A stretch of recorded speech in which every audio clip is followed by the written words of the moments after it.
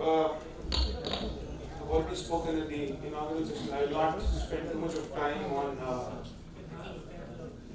Yes, I will. What I'm going to talk for the next 20 to 25 minutes is specifically focusing on experiential wave and the need for transformation on skilling and development, particularly from a technology standpoint. Point A. And point B will be with respect to how do you look at process efficiencies and improvement using technology as a vehicle. Can I have the video to begin with?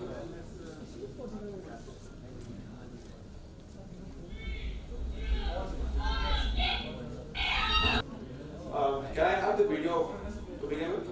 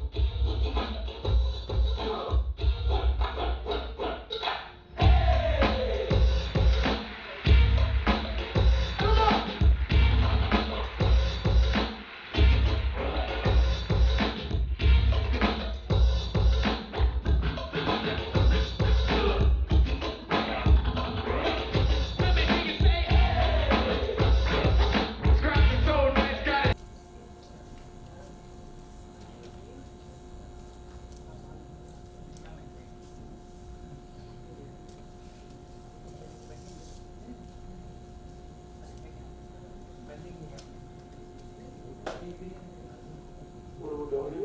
Something wrong with audio? Okay. I think we're done with the video, so that's fine.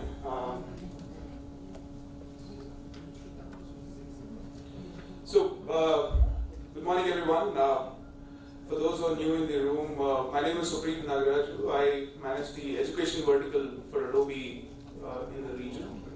What we at Adobe believe is delivering experiences through digital platforms.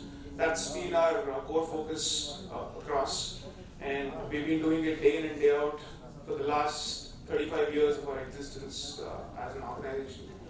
The last 4 to 6 years particularly has been extremely eventful for the digital as an industry and particularly for Adobe as a company. Most of us know us as a PDF and a Photoshop company, but we are much beyond that.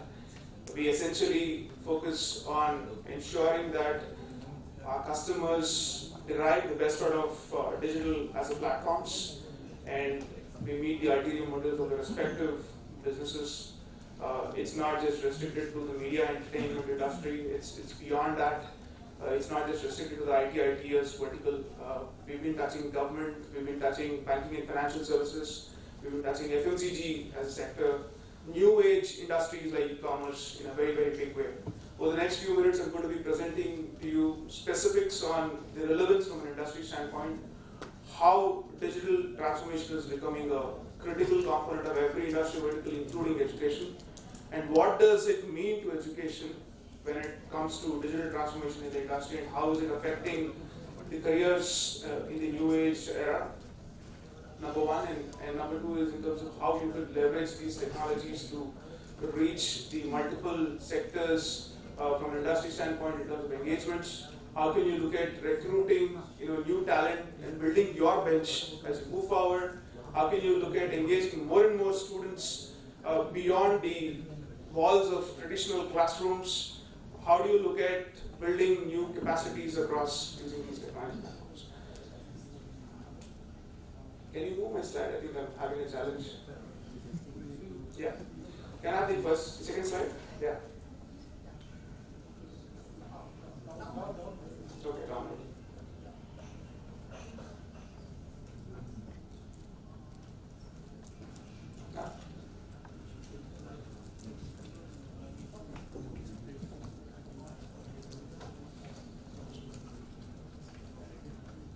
Okay. So first things first, one of the growing chorus across boardrooms, across the executive directors in the various corporates, not just in various advanced countries, but in India as well, has been digital transformation. Application of digital technologies to reach every single individual consumer, individual institution, B2B or B2C or even B2B2C as engagement models is becoming imperative. And why is this becoming imperative? Let me take a live example. I read this article yesterday in Economic Times.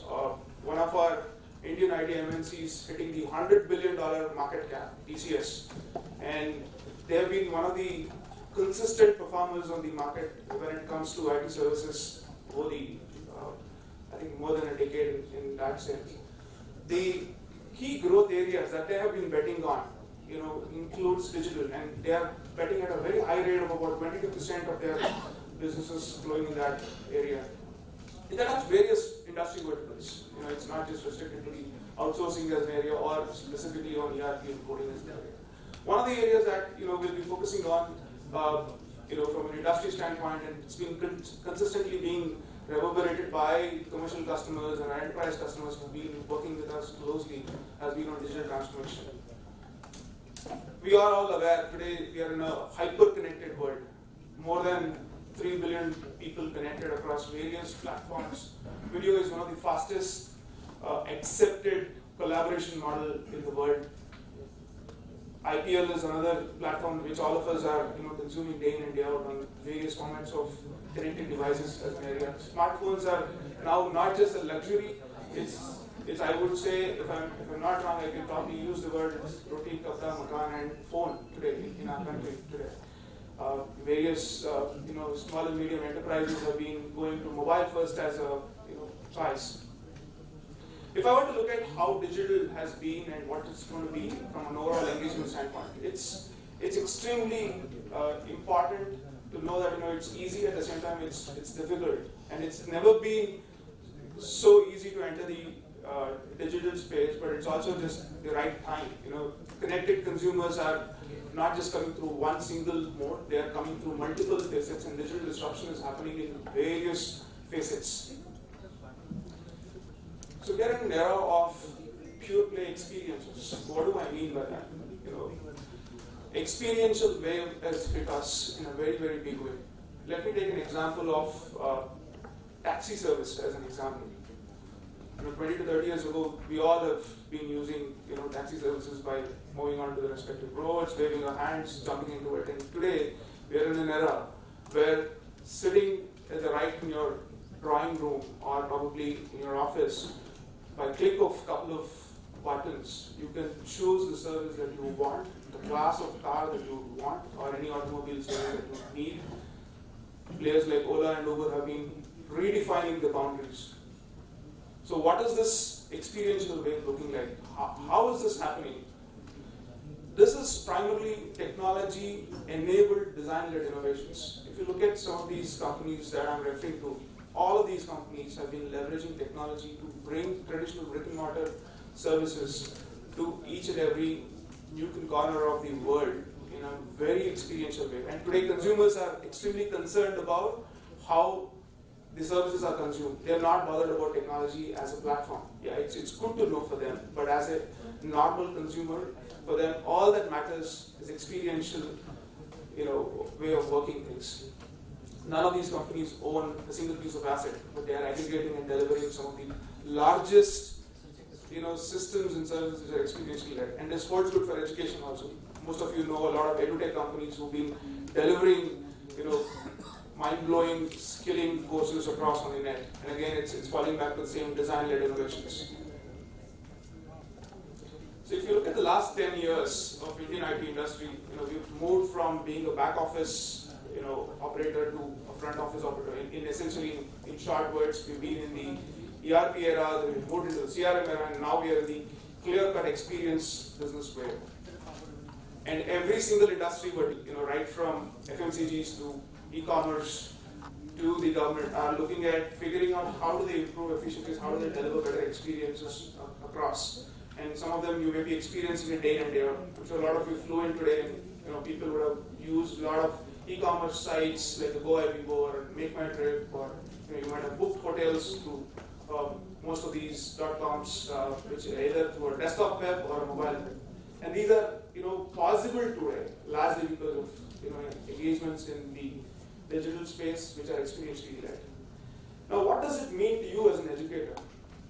What does it mean to you as an education administrator? What does it mean to you as a leader in this space, focusing at driving formal education and driving skilling as an area?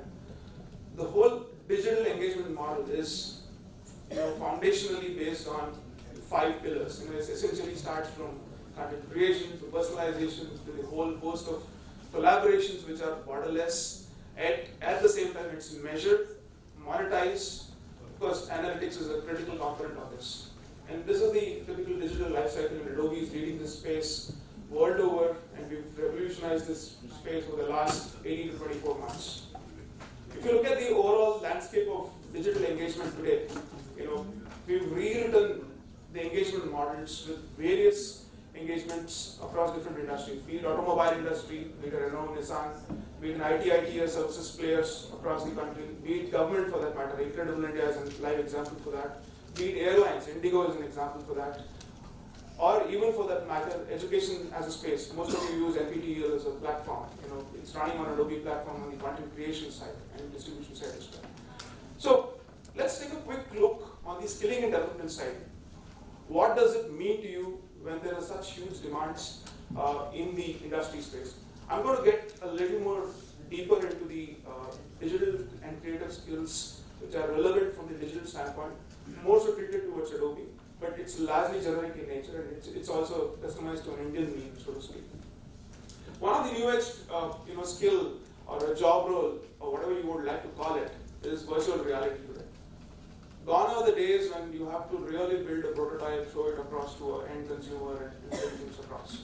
Today, virtual reality content creation is one of the fastest growing space from a skilling standpoint. There's a few numbers from the IDC reports. 2017 revenues spent globally has been $11.4 billion, and by 2020 it's expected to touch about $200 billion. And there are lots of use cases which are in use currently in the landscape. One of the use cases which I came across was in the real estate space. Another I've personally been a part of has been in the automobile sales as an area. There are many applications. It can be used in education in a very big way. The second of the top, I would say live, one of the largest employable skill that is in demand today is user interface and user experience. It again boils down to the fundamentals of what I just discussed about experiential way. So if you were to look at today, majority of the internet users would like to come back to your website or any digital engagement only if it's meeting the ulterior motive of their individuals. Just to give you some more examples, this is a Taj. This is an ITC Hotels UI UX design across multiple platforms, design and Adobe platform. There are various such examples that I can quote. I'm sure some of them are already cited across. Just to share some numbers from a jobs and skilling perspective. This is a third-party data from Naukri.com. Majority of the JDs reflect the need for not just coding, need for creative skilling on platforms like ours. It also is a need for people to know how do you connect these dots to the business aspect of it. And these are day in and day out people are recruiting on this platform. Another area which I like to focus on, less focused by a lot of institutions, has been technical writing. we are an engineering superpower in the whole world. But the unfortunate part is that there are a lot of needs to clearly document. How do you look at standard operating procedures? How do you look at manuals? How do you use these? And these are not normal word processing documents. Standard operating procedure for Boeing 747. Or how do you look at creating a manual for a robotics operation in a medical electronics setup? Or it could be anything to do with the Caterpillar huge excavation machines and stuff like that. So Adobe's got about 85% market share in this space. Some of the products are FrameMaker and RoboHelp. Very little, participation from the institutions and the students in the 0 to 2 years experience bracket. Look at the numbers. There are like 34,000 assignments available in the marketplace. Majority of them get to light when they are onboarded in an organization and there's an end customer requirement coming in. And they take at least 1 to 1.5 years to get up to the speed. So I would strongly urge most of the institutions to look at this as part of your curriculum or outside your curriculum, whichever way you would like to look at it.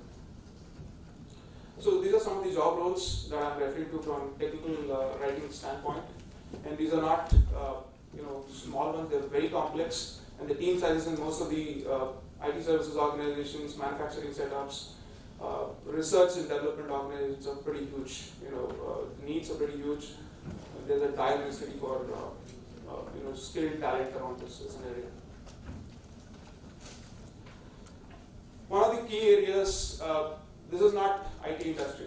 Let me emphasize on this. This is from civil engineering and architecture. Okay, so this is not digital architecture. When I say this is not IT industry or focus on IT as a skill, this is essentially enabling architects for new age assignments on digital architecture.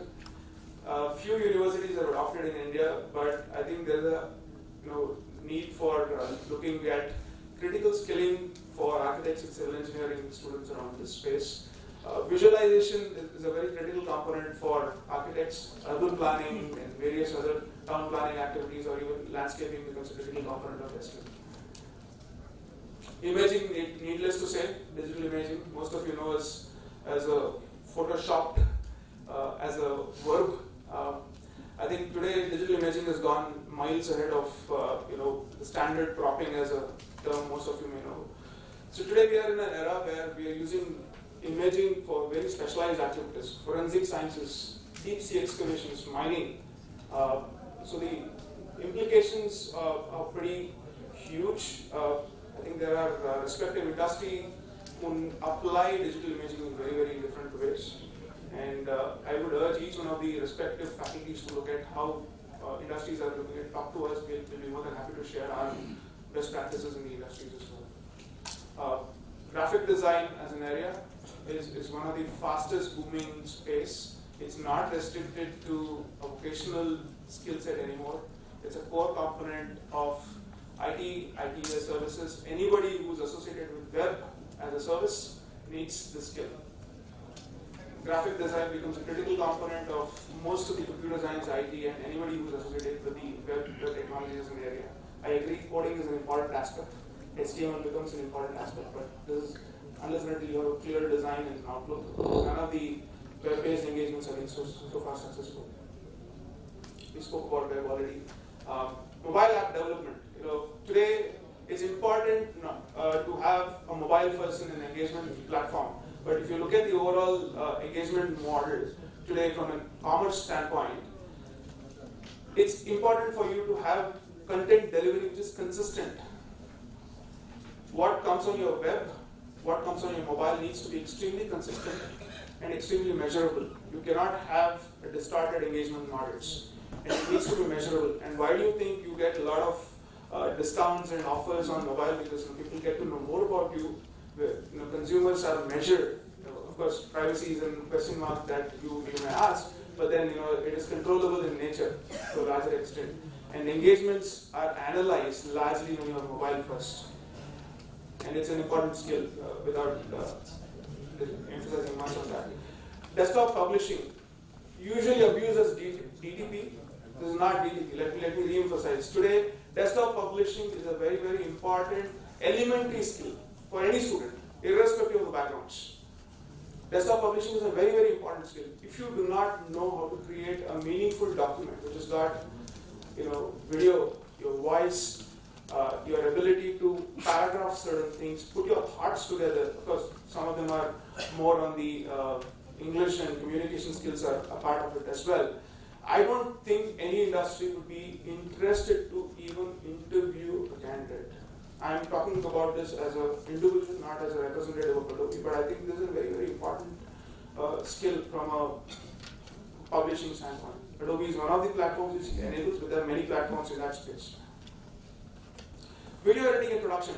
Most of you have seen a lot of cartoons. Most of you know us as creators of various VFX movies, a Robo or a Bahubali or anything as such, which is in high-end animation space. Not many people know us as the guys who are enabling every single TV channel which is coming on your mobile phone today. Right? The OTT channels or the over-the-top is one of the fastest growing technology space today. Every single media house today is recruiting technical experts in the video space. Game design is another area which is becoming a big area for consumers within and outside India as well. We spoke about film and TV post-production. There are very few schools who are offering these programs, but little do you know that the number of channels are not going to reduce; it's going to increase. Not just in the private space, but also by the government. Government is taking special initiatives, in terms of having various educational initiatives as well. So the last important skill and advanced skill which I'd like to emphasize upon is on the digital marketing side. We spoke about digital marketing at the beginning of my presentation. There are umpteen number of assignments which are coming in specifically on the digital marketing side, right from content creation to personalization to web analytics. There are social media integration platforms. There are IT services which are required around the whole host of advertising technologies, so to speak.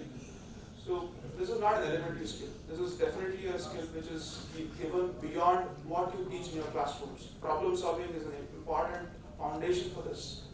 Then comes your coding, and then we are looking at basic knowledge of business document, and then moving forward on the digital marketing side of it.